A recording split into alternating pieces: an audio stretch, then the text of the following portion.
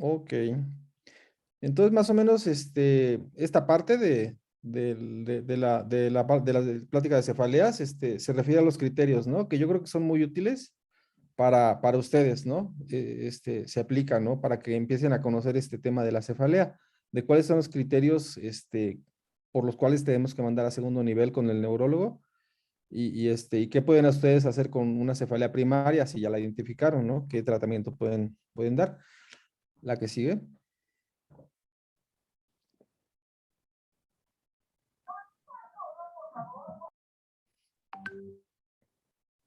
Ok, bueno, estas son preguntas, para lo que les decía, ¿no? Acerca del tratamiento, de los criterios para envío a segundo nivel. Pasamos a la que sigue.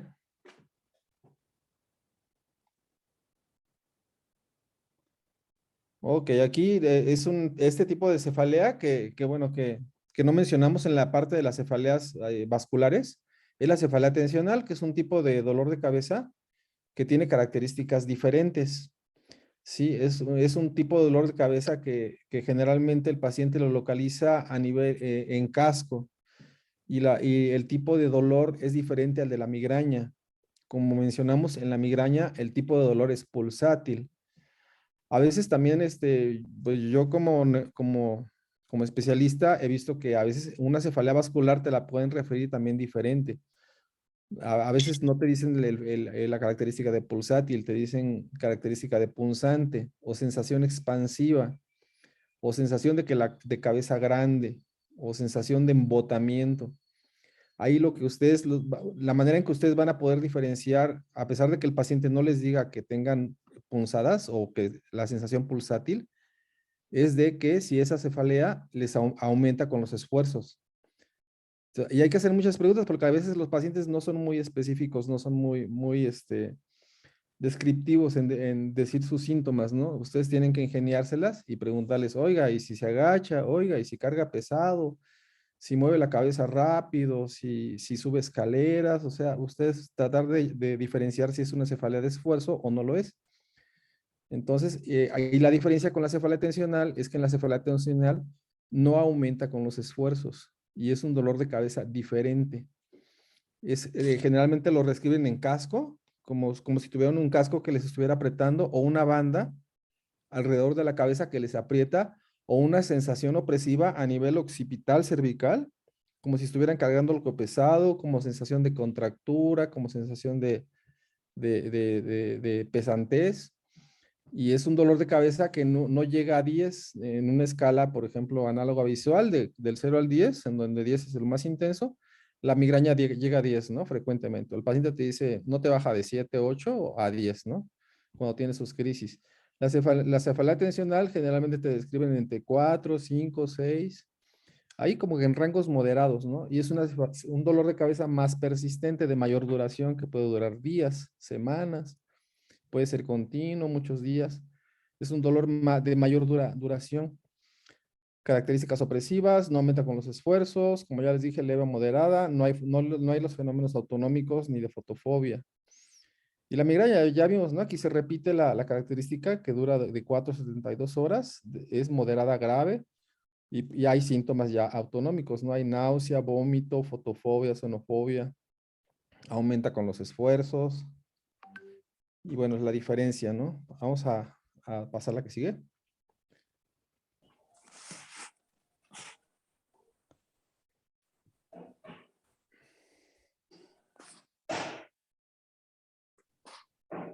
La que sigue.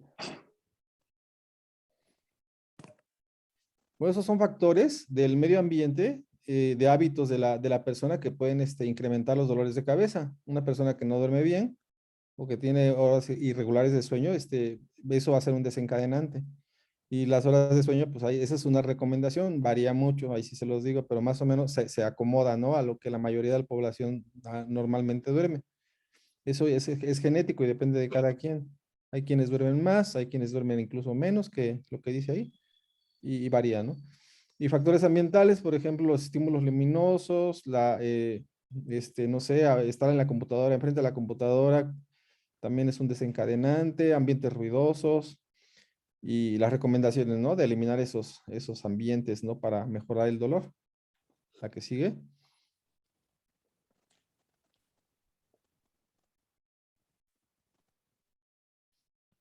La dieta, bien importante. Aquí se mencionan algunos desencadenantes del dolor de cabeza.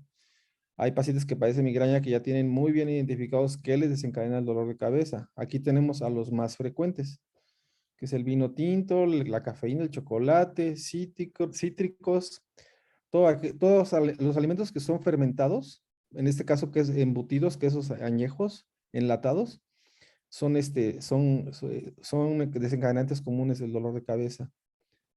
Dieta rica en grasas insaturadas, todos las comidas que son fritas, que son capeadas, son también desencadenantes.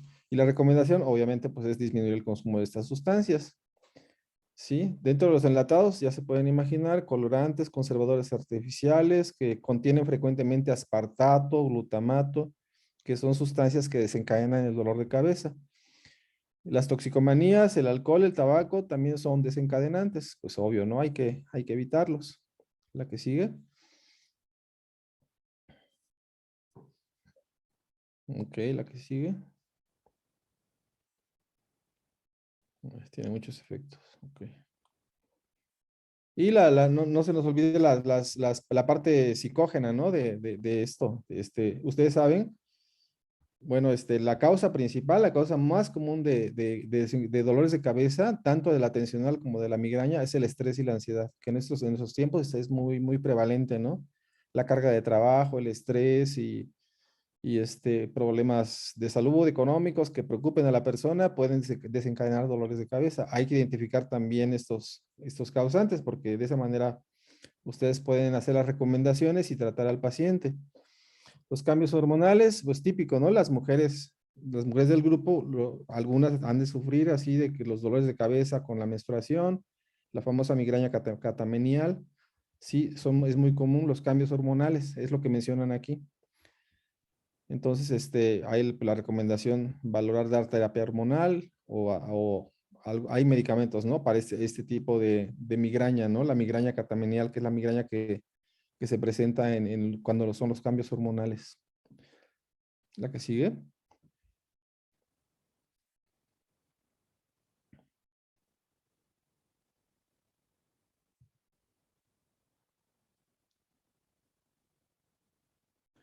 Y bueno, aquí es bien importante, ¿no? Para que tengan ustedes todo, pues puedan identificar, ¿no?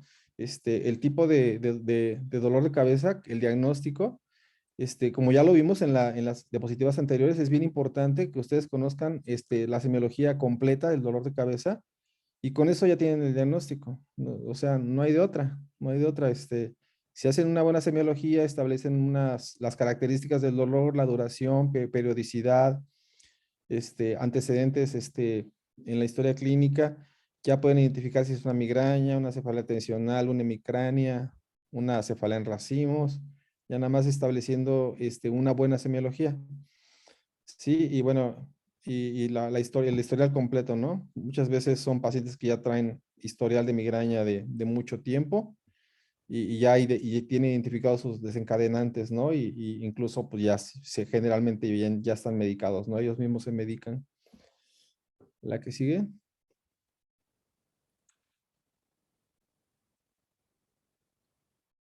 Ahí está, esta diapositiva es muy importante. Aquí, con todo lo que hacemos en la historia clínica, recabar todo el historial, hacer una buena semiología y luego una buena exploración neurológica, ahí podemos identificar las banderas rojas que se le llaman, ¿no? O los datos de alarma, ¿sí? Que aquí aparecen algunos. Aquí, por ejemplo, si el paciente llega diciéndoles que es el peor ataque de dolor de cabeza que han tenido en su vida, o un paciente que ya estaba padeciendo dolores de cabeza, pero cambiaron las características clínicas de la misma, o un dolor de cabeza que inicia en edades tardías.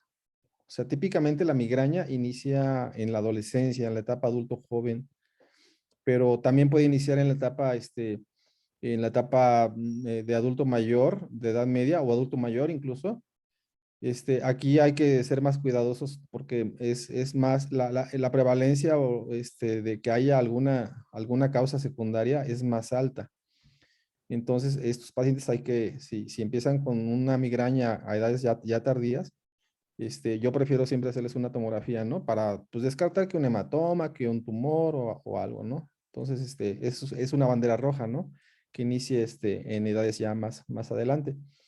Que tengan, por ejemplo, que se asocien a síntomas sistémicos como mialgias, fiebre, sobre todo fiebre, pérdida de peso.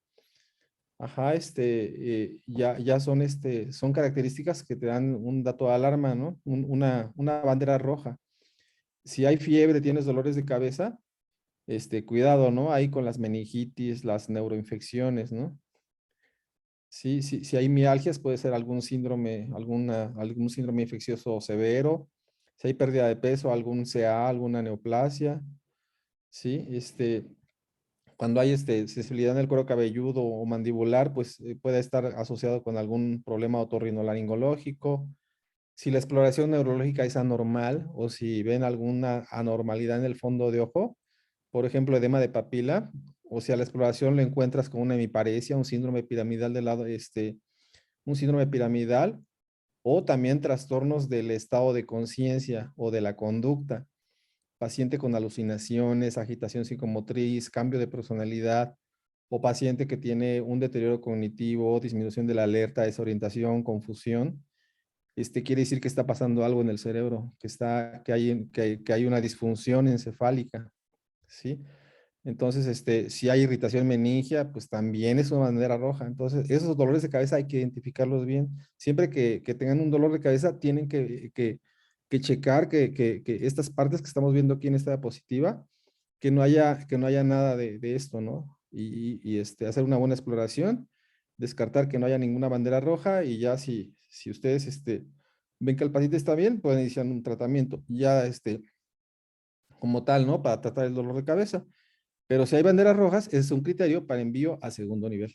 Ajá, siempre que identifiquen algo. La que sigue.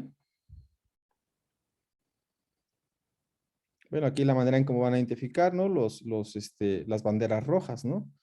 El examen físico, la exploración física muy importante, tensión arterial. Un paciente que se le sube mucho la presión, uno de los síntomas es cefalea.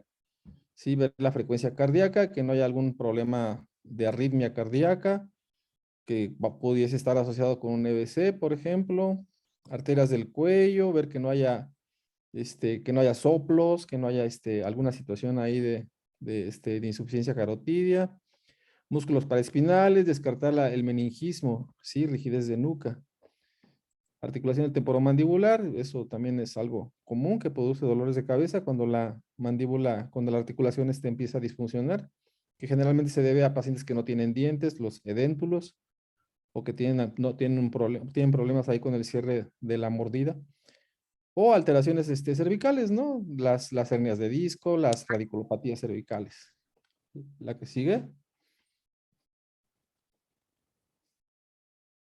Y bueno, lo que ya les decía, ¿no? Identificar la exploración, que no haya alguna bandera roja, buscar signos de irritación meningia, lesiones del cráneo, de órbita, fondo de ojo, ver que no haya edema de papila, campos visuales, buscar síntomas de focalización, que no haya un síndrome piramidal, que no haya lesión de nervios craneales, ver cómo están los reflejos, que no haya Babinski, que no haya asimetría en los reflejos. Entonces son parte de lo que deben de buscar a la hora de explorar un paciente que tiene cefalea. La que sigue.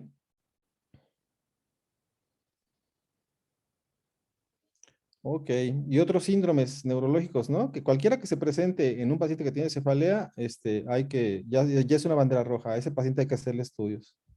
Y a veces, pues, mandarlo, si tiene sospecha de meningismo, de neuroinfección o de algún evento vascular cerebral, inmediatamente enviarlo a urgencias. La que sigue.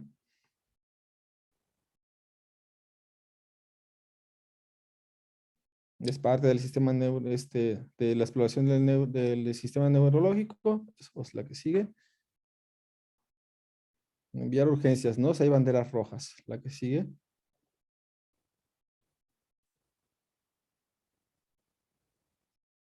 Ok. Pues esas son otras causas, ¿no? Que pueden que pueden producir una cefalea secundaria. Ya sería una cefalea secundaria, ¿no? Ya no sería una cefalea primaria. La que sigue. Y bueno, ya va a depender del caso, ¿no? Los estudios que hagan, lo que sospechen. La que sigue.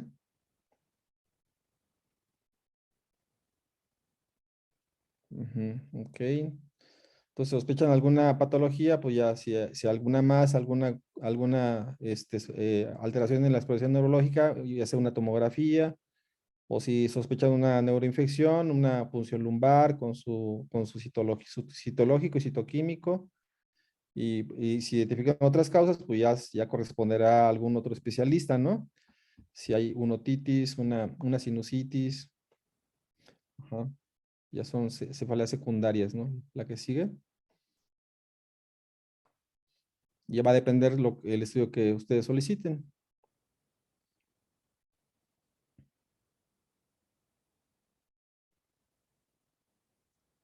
Entonces, como les decía, ¿no? Las cefaleas primarias, ustedes las pueden tratar, pero primero tienen que estar, pues, seguros de que el paciente tiene una cefalea primaria. Tienen que hacer una buena semiología, una buena exploración, una buena historia clínica para terminar y para que tengan el diagnóstico, ¿no? Y ustedes, a través de la exploración, darse cuenta que el paciente está bien, que no hay banderas rojas.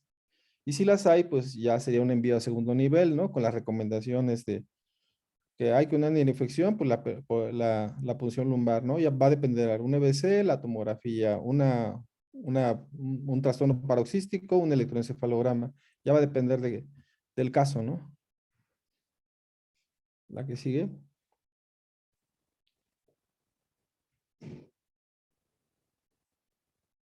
Y en cuanto al tratamiento, les mencionaba, hay dos grupos de medicamentos, ¿no? Si quieres la desplegamos todas, que están los profilácticos y los abortivos. Los abortivos son los que toda la gente usa, todos los médicos que no son neurólogos suelen utilizar, que son estos que aparecen aquí, todos son abortivos, ¿no? Paracetamol, ibuprofeno, ácido acetilsalicílico, y las dosis va a depender de la edad del paciente y de cada paciente y sus comorbilidades, ¿no? La dosis varían mucho, ¿no? Va a depender mucho ahora sí, de cada paciente individual, ¿no? La que sigue. Entonces, los que vimos son abortivos. Naproxeno es abortivo. Ergotamina es abortivo. Son medicamentos que se utilizan por razón necesaria. Amitriptilina y fluoxetina son profilácticos. Son medicamentos que se utilizan para prevenir el dolor de cabeza, que se utilizan por tiempos determinados, ¿no? Que así, por decirlo algo, es que varía con cada paciente, pero más o menos el rango es entre 6 meses a un año, el tiempo que se utiliza un profiláctico. Aquí estamos viendo amitriptilina y fluoxetina. Ergotamina, cafeína y naproxeno son abortivos. La que sigue.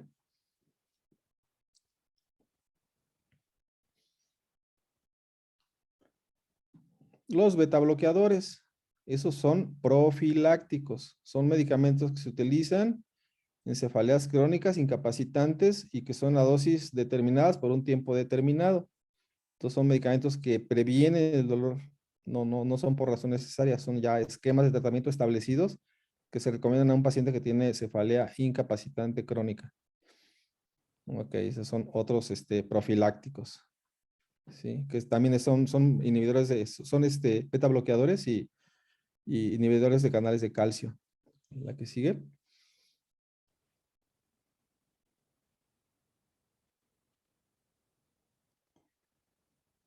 Y estos son abortivos. Ujú, y las recomendaciones de incapacidad que dan. El somatriptano son abortivos. Hay muchos triptanos. Ese es uno. Pero hay un montón. Está el rizatriptán, el solmitriptán, el Relpax también es otro. Hay muchos que la mayoría son orales. El sumatriptán es nasal, es subcutáneo, es tomado también. Tiene varias presentaciones. Y así hay otros triptanos que también se utilizan como abortivos. La que sigue. Estas recomendaciones son otras recomendaciones para para prevenir el dolor de cabeza, ¿no? Y las recomendaciones de si al médico de primer contacto le llega, estos son los días de incapacidad que están así como que por consenso se dice, ¿no? Que son los días de incapacidad que se requieren para un paciente que tiene una crisis de migraña. Y bueno, y las recomendaciones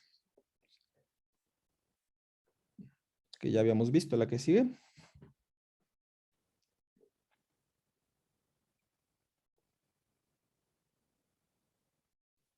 Y esos son los criterios para incapacitar a un paciente. Y los criterios para envío a urgencias, ¿no? Que ya habíamos visto hace rato, que básicamente son las banderas rojas, ¿no? Que ya les había mencionado atrás. Ajá, cefaleas de inicio así abrupto, el peor dolor de su vida, alteraciones en la exploración neurológica, una cefalea que inicie en edades ya avanzadas de la persona, edema de papila, fiebre o alteraciones así ya diferentes al sistema nervioso, ¿no? Que serían mialgia, fiebre y alteraciones de conducta, bueno, eso ya es del sistema nervioso, pero cuando vean algo que haya una alteración, una anormalidad a la hora de explorar al paciente, ya sería un criterio así como sería algo de bandera roja, ¿no? De envío a urgencias. La que sigue.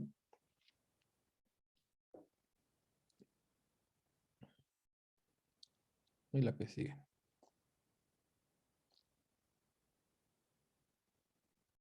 Lo que ya hemos visto, ¿no? Lo que yo les mencionaba, la fiebre, alteraciones cognitivas, alteraciones de conducta, convulsiones, fiebre, son las banderas rojas.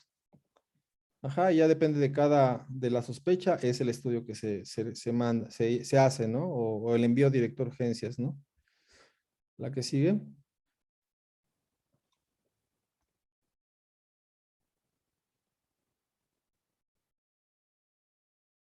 Y bueno, lo mismo, sí, básicamente lo que ya vimos, sí, cuando, aparte de los banderas rojas o los datos de alarma, si es una cefalea secundaria, pues ya sería que lo vieran el maxilofacial, el otorrino, o el ortopedista, ¿no? Si tiene algún problema cervical, ya va a depender de qué tipo de cefalea secundaria sea. La que sigue.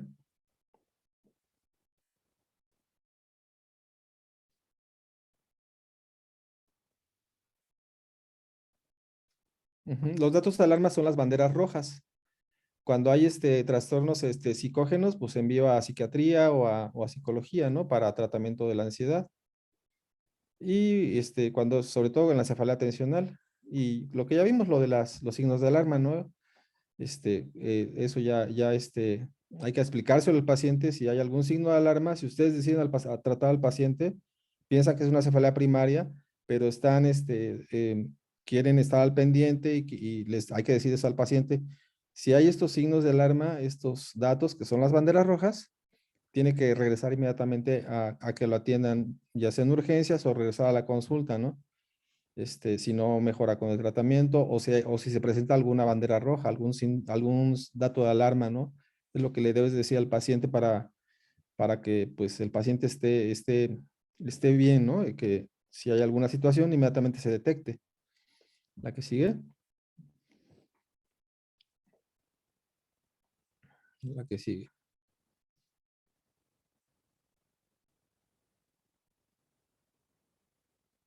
Y la profilaxis de migraña, que sería más que nada las recomendaciones dietéticas y medioambientales para disminuir el dolor, mejorar el sueño, la alimentación, que debe de ser no hacer ayunos prolongados sobre todo, evitar los alimentos que desencadenan el dolor, evitar el alcohol, el tabaquismo, ajá, y las citas de control, ¿no? Para ver cómo va el paciente. Generalmente, si das un tratamiento profiláctico, citas al paciente al mes y medio para ver si lo ha tolerado bien, si ya ha mejorado, si seguimos adelante, si hay que ajustar dosis. Y las citas, pueden ser cada 2, 3 meses. Y como les decía, ¿no? La profilaxis más o menos de 6 meses a un año. Aquí dice 6 a 9 meses, pero más o menos es el rango que se tiene contemplado para un tratamiento profiláctico. La que sigue.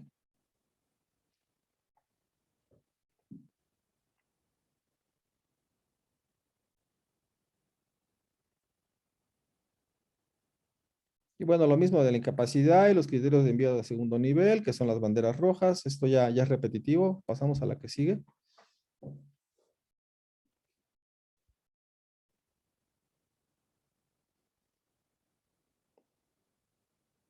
Y bueno, creo que con esto termina. Es más o menos, esa fue una revisión de las guías de práctica clínica, que vemos bueno, que están dirigidas al primer nivel de atención y que, bueno, nada más se contemplan las cefaleas más frecuentes, que prácticamente era la migraña y la cefalea tensional, pero como ya lo vimos en la primera parte, hay otros tipos de cefalea que no son tan frecuentes, pero que ahí están, ¿no? Que si no lo identifican, no, pues se les va a pasar y no los vamos a identificar ni a tratar como debe de ser.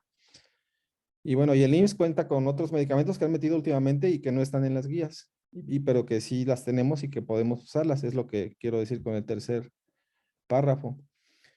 Y bueno, que pues está más o menos bien sistematizado de cómo se debe detectar una cefalea que debe ser enviada a segundo nivel, que, y de cómo deben de tratarse las primarias en primer nivel. Y bueno, esas fueron las conclusiones y creo que es la última diapositiva. Esa la bibliografía. Ujú. Son 3 libros y unas, ajá. Ahí las pueden checar ustedes. Al final están las guías, son las guías de clínicas, las que están al final. Ok, creo que ya es la última. Gracias, doctor. No sé si tengan alguna pregunta o quieran que les aclare algo.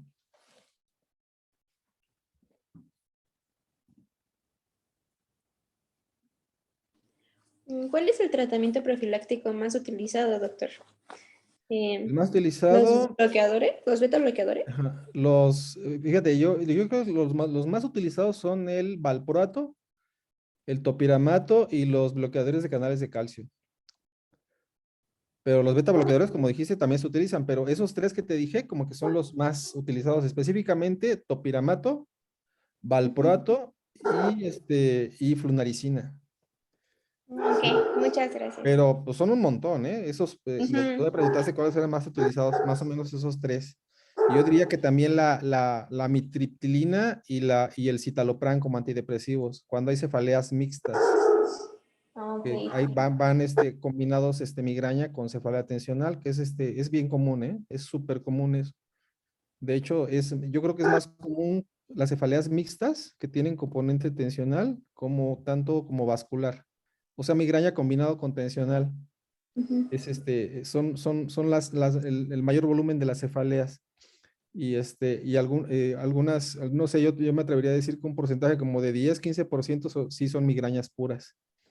Y más o Ujú. menos igual de las tensionales, ¿no? Pero generalmente van combinadas. Entonces, de esa manera también decides qué tipo de tratamiento le conviene al paciente, pero más o menos esos son los que más se indican. Ok, gracias. No, de nada. Doctor, ¿Sí? y las, las migrañas pueden ser reversibles en algún punto o solo se van controlando o depende de la etiología. Pues, bueno, la etiología no hay una causa así específica. Bueno, se dice que es genética, que trae uno una predisposición. Y la mayoría de las migrañas yo veo que sí son reversibles, que sí se controlan, ¿no? Pero pues el individuo tiene que seguir las indicaciones del médico, ¿no? Primero modificar tu estilo de vida, que por lo general, por no decirle que siempre, hay algún problema ahí. Pacientes que no duermen, que toman alcohol o que tienen alguna cosa en su dieta que les está afectando, o que tienen estrés, que tienen alguna situación ahí emocional que no han resuelto. Esos son desencadenantes. Obviamente, si uno arregla esa parte, los dolores de cabeza mejoran muchísimo.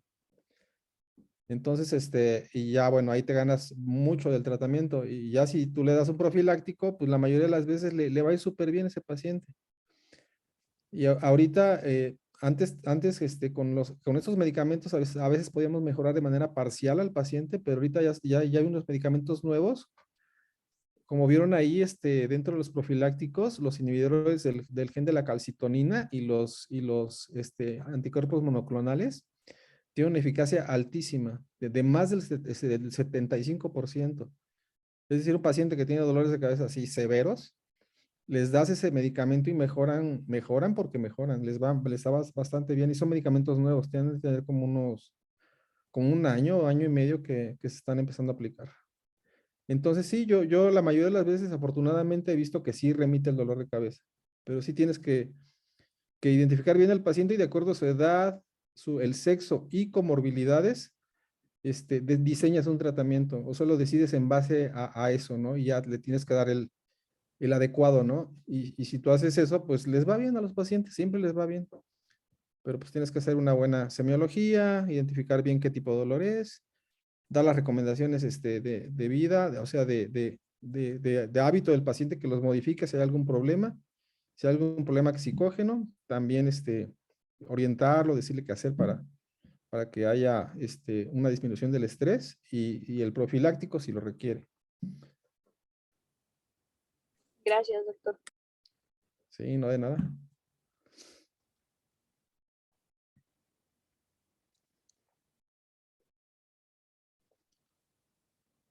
Ok. Ok, pues si no hay otra pregunta,